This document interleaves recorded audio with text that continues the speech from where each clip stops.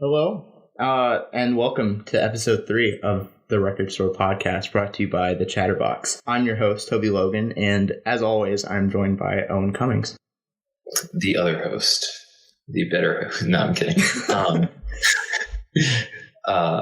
Yeah, it's been a bit. It's been a while. Yeah. So in this episode, we're going to be talking about this new Weezer album that came out. It's called OK Human. Do you have any background info, Owen? I do. So OK Human was going to be the 15th studio album by Weezer, which is an American band that can only be described in genre as Weezer.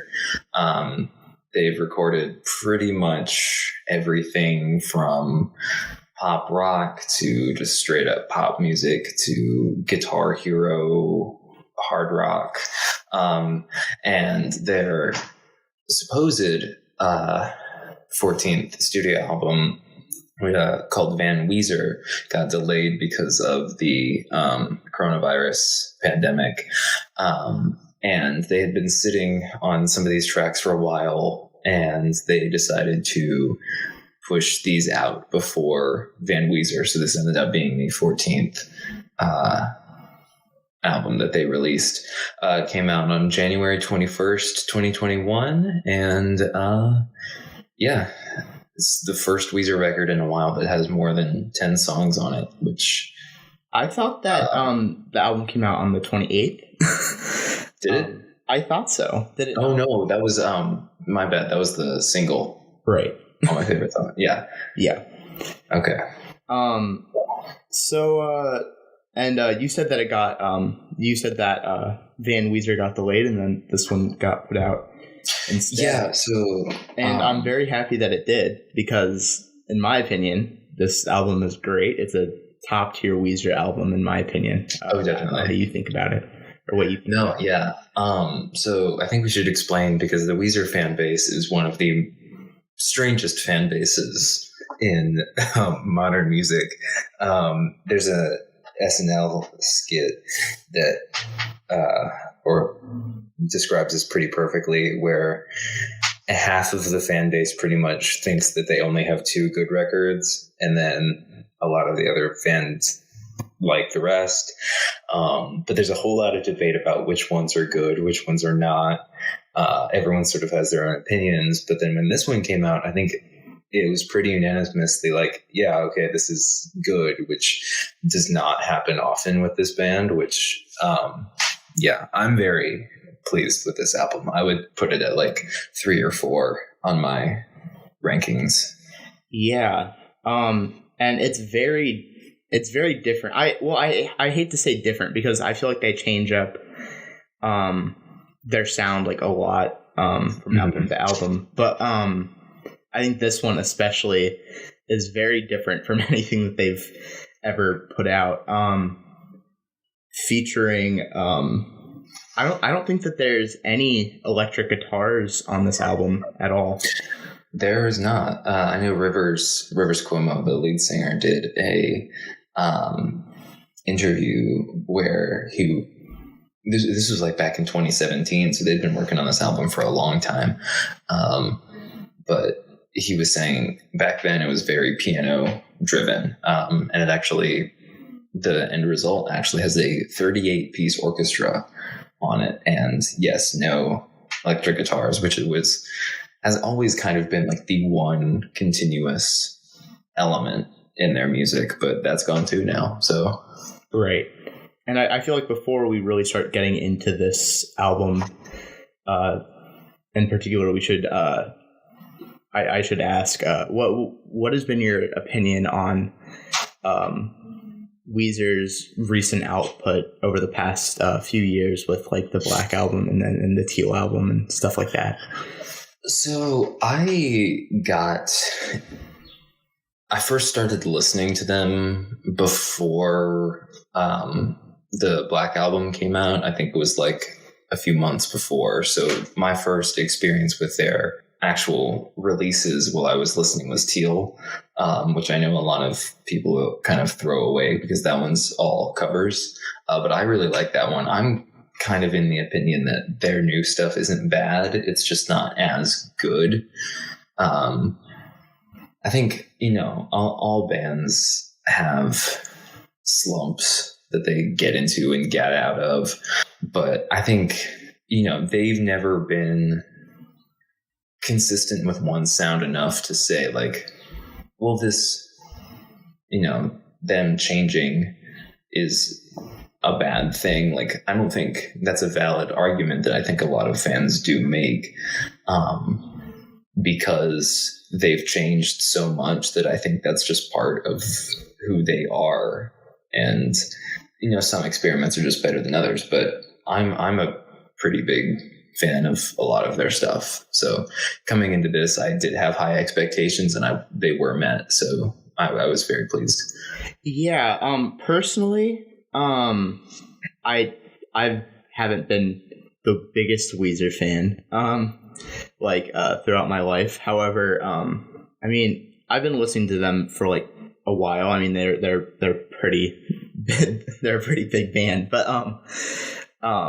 I think for me, their most, recent output, through like the Black album and the Teal album has just been very underwhelming. And I'm in the boat of, and maybe this is like very, I wouldn't say petty, but like, I don't know.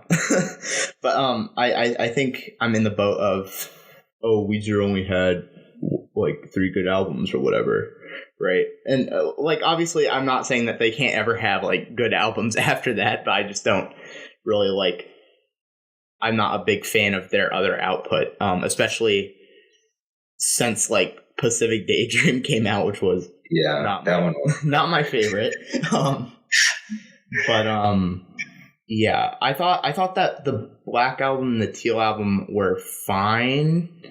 I think that it was their best output in a while at that point, but I was still pretty underwhelmed by it.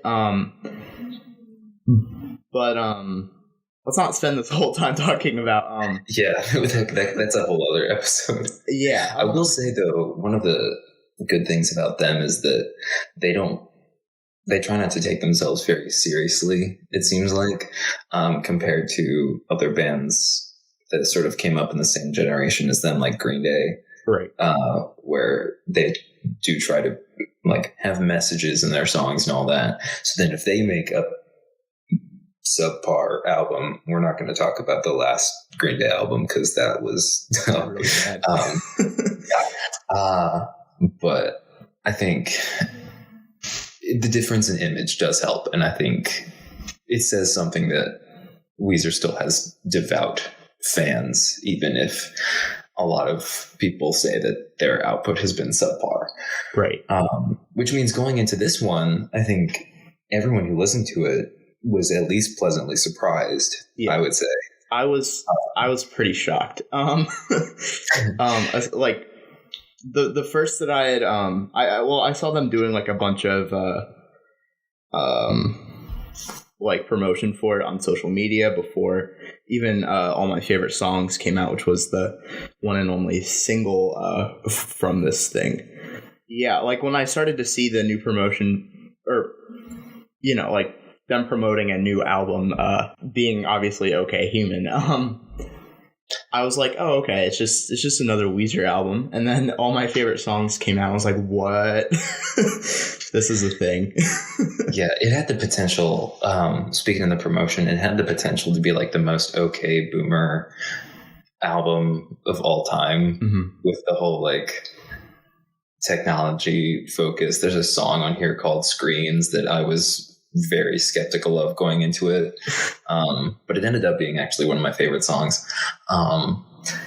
But yeah, I think that's one of the things where this album as a whole made me laugh, because it's clearly a play on OK Computer by Radiohead, right? Which I think I said in the Joji Sufjan Stevens episode. I'm not the biggest Radiohead fan, so that made me laugh. But yeah, I think, should we just start getting into the music now? Yeah. Sorry. No, you're fine. I was just yeah. So well, you mentioned you were your reaction to all my favorite songs. I guess we could use that as a starting point. Like, when you say, like, what do you mean? What, is in, like, this is good, or were you just confused? Well, I'd say, like, a little bit of both. Like, obviously I was surprised at just how good that song is. And, like, I know we'll probably get into this more later, but, after having listened to it, even though I still think it's a great song, it wasn't one of my favorites, especially in the first half of the album. But I was not only surprised at how good it was, the orchestral parts of that song, which, I mean, they kind of go throughout the whole track, but, like, the string section of that track, just, I mean, it was, I don't know, it was gorgeous, and it kind of caught me. It was really good, and the drums too, like, right, very stripped down, almost kind of like the sound that you hear in some of the mid-period Beatles records where Ringo was using, like, paintbrushes, and it was, like, very slappy, and it sounded really good. Yeah, and I think you brought up a good talking point with the Beatles, because, I mean, I picked up on a lot of Beatles influence here, like, especially Sgt. Pepper era. Definitely. Beatles. And Beach Boys too. I know Rivers cites the Beach Boys as a huge influence on him, and you can kind of hear the Pet Sounds influence in this too. Also, Smiley Smile, because all of the songs, if I'm not mistaken, or at least a lot of them, flow into each other. Right. So, which, that's a really cool thing to include, especially on a digital album, because I'm sure if you get it on vinyl, I think they all flow into each other, except when you flip it over to side 2, which is really awesome. Mm-hmm. We talked about how the string section it's a very prominent part of this album, and how it kind of flows throughout the whole thing, which I think that's a good I think that is one of the parts that made me feel like the whole thing was very interconnected, was that string section that, I don't know, flowed. Yeah, no, I totally agree, because thematically or tonally, it doesn't really flow. Like, I know with projects like the Black Album, where even though it was a pretty poppy sounding album, a lot of the lyrics were pretty dark and depressing. But this, it's like he'll go from a love song to like almost like a personal reflection piece, and I think having that connective tissue of the orchestra really it almost kind of makes it feel like more like a night at the opera, where it's like you're watching a show or listening to a show versus just an album. Which leads me to think I might even classify this as a concept album, even if there's no glaring concept. Yeah, I was actually gonna say something about that. Like, especially, I think the big moment where that kind of started to when I started to think that way was the obviously how the songs really flow into each other, but I think specifically the way that Playing My Piano and Mirror Image flowed into each other. Yeah, that was a really... Yeah. I was also going to say that despite this being a very different sound for them with the strings and the lack of electric guitars, it still feels like a Weezer album, just because of, I wouldn't say the subject matter, but the way that Rivers is writing. In a lot of ways, it still feels like, oh yeah, that's Weezer right there. And also, it still keeps its alternative rock roots, even though it's a much grander sound. I think specifically with like the drums on tracks like Alu Gobi and Grapes. Numbers had a good, that's I think even the like first 3 or 4 songs, the way they flow into each other almost reminded me of In the Airplane Over the Sea by Neutral Milk Hotel. Oh yeah. Where it was like crescendo going into slightly softer and then crescendo and then slightly softer, which the sort of emotional structure of this album was really well put together, and I think that's something that might have been missing from Weezer's past few albums, was a good structure. Like, they do kind of feel all over the place at times, but I mean, if your songs are flowing into one another, hopefully they sound good doing that. But yeah, I one thing I noticed, you brought up Aldo Gobi, and that was a song that I noticed had some pretty timely subtext, with like the way you read into it. It kind of makes you think of COVID, which is interesting because they did have a lot of these songs pre-COVID, right? Stashed, yeah. But really, it's the whole song is about like a boring kind of mundane sort of existence, and then he is kind of missing it, like he wants to break free from that, and that, I don't know, it's just kind of interesting to see or wonder how these songs sort of morphed, or what meaning they will take on later, like once we revisit this post-pandemic or something. Right. But actually, I found a quote from Rivers. He says, when I wrote it, I was just so bored with my social life, but I really took it for granted. That's all been obliterated now, and I sure do miss it. The joke was on me. So, yep, that's Rivers for you. Yeah, I'm going through the lyrics now, and one thing that's very recognizable about Weezer's songwriting is their rhyme scheme. They always have a very strict number of syllables in rhyme scheme in the songs, and that is definitely a staple of his songwriting,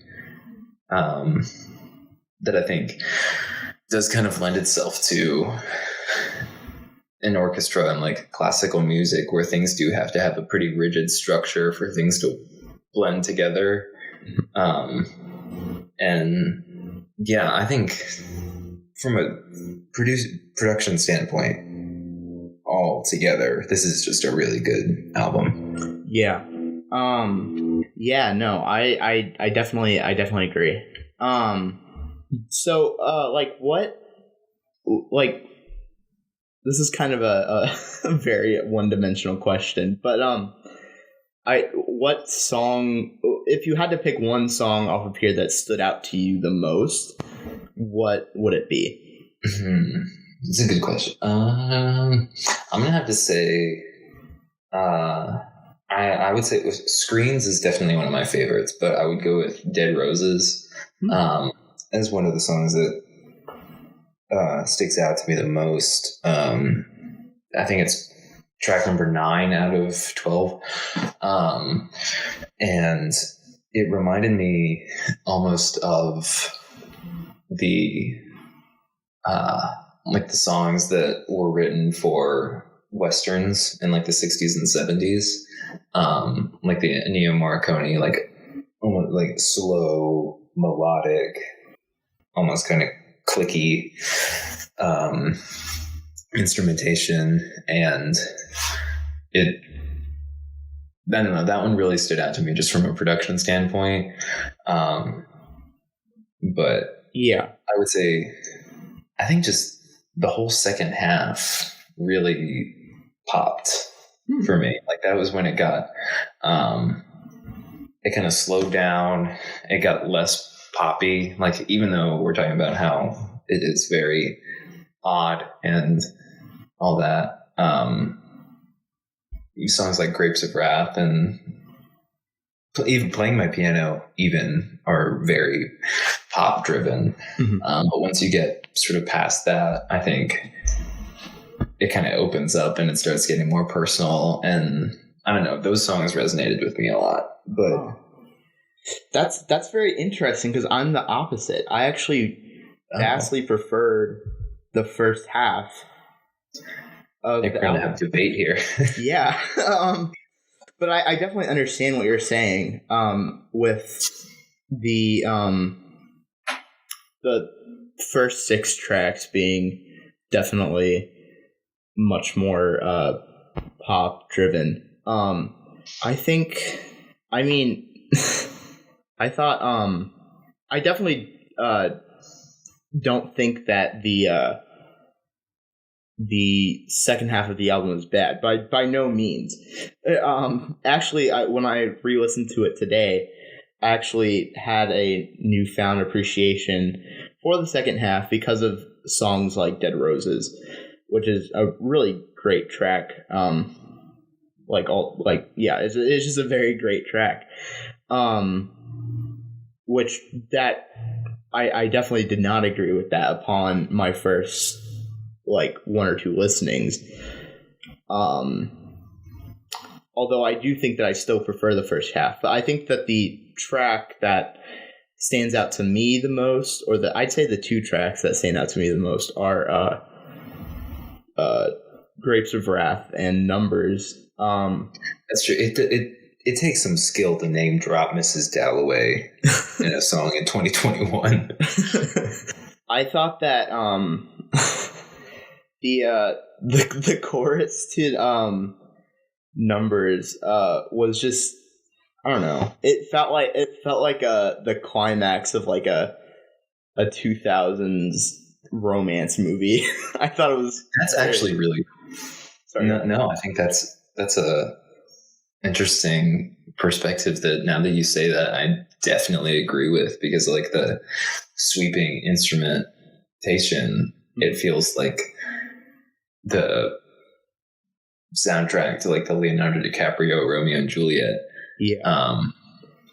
Where it's funny, that's the second time we've referenced it sounding like movies. And I think cinematic is definitely an adjective that I would use to describe a lot of these songs. I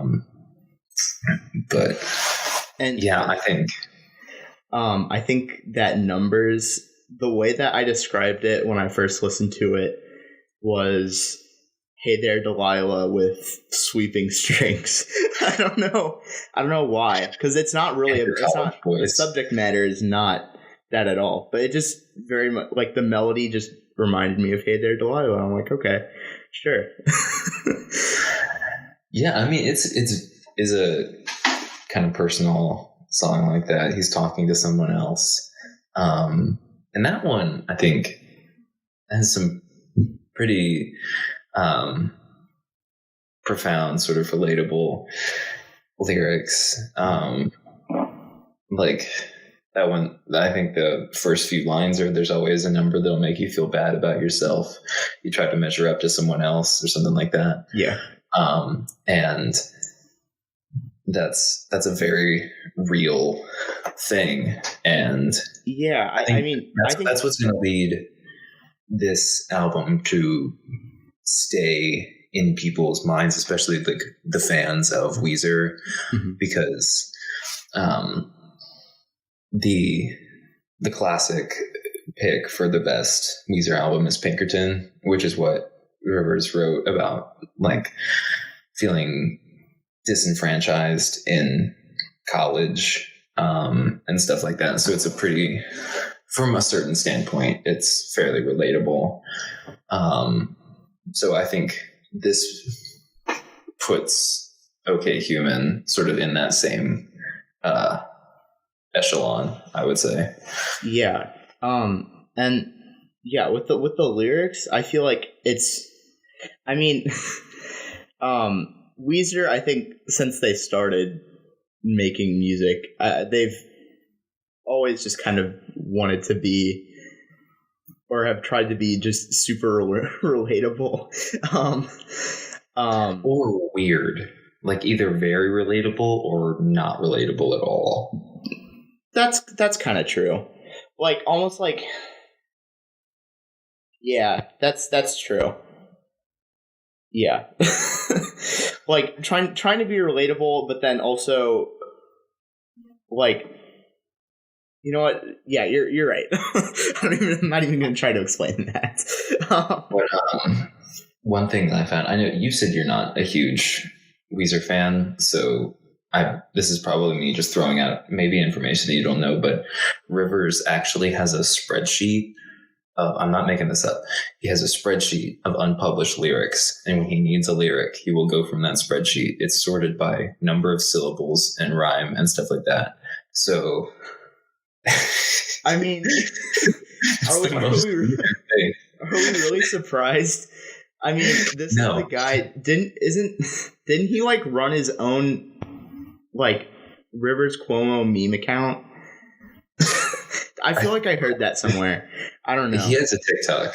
Oh, of course he does. But yeah, so I think that might be part of the reason why people on like Pacific Daydream or whatever said that he was definitely off of his game with the lyric writing, because the melodies and things on that album were kind of choppy and full of syllables. And I think there was a lot of times where he had to just pull from other places and it didn't feel very connected, which I don't think happens a lot here at all, which is to this album's benefit, I think. Like that's why it feels more personal and stuff like that. And again, I want to say like we're giving Weezer kind of a bad time here, but that's only because that's what everyone does. Yeah. I just want to reinstate, we like this album. Yeah. I mean, it's definitely like one of my favorite albums of the year so far.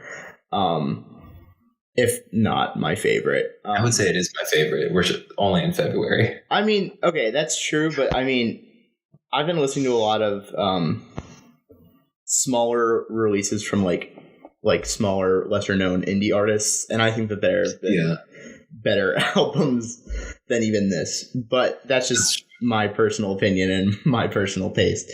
But this is definitely like a great album. Like, yeah, it's like it's like probably better, like just, I don't know, scientifically, if that would be a thing that you could do.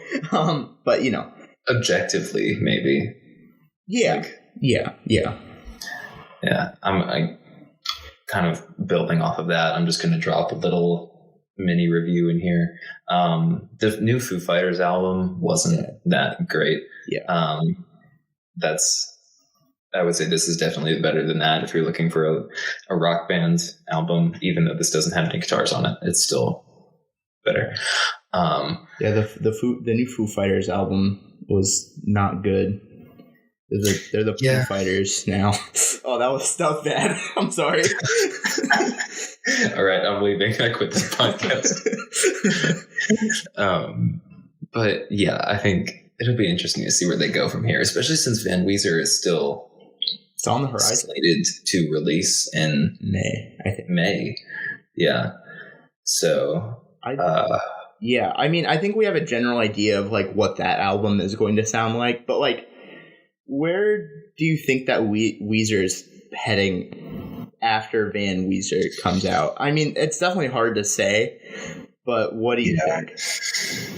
Well, I know they're tour with Fall Out Boy and Green Day got delayed because of COVID. Mm-hmm. So I think that happens first, which will also be interesting to see what they do with these songs on tour. Oh, yeah, you're right. Just because I don't think Green Day is going to bring an orchestra with them. Oh, they are? I said I don't think Green Day is going to bring an orchestra with them. Yeah, no, probably not.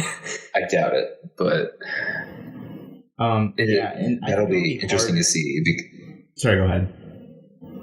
I was just going to say, because then also if Van Weezer comes out by then, they'll have songs that sound like Van Halen and then songs that sound like REM. Mm-hmm. And then it'll be an interesting blend. But yeah. I don't know if they would. I honestly, if they when they go on that tour, because I don't know that much about it, because I just heard about it, honestly, that was happening, and then it got delayed, obviously, but I don't know if these songs here, not only do I not think that they would be fit for any stage thing, just because having a full orchestra on stage, it's definitely a lot.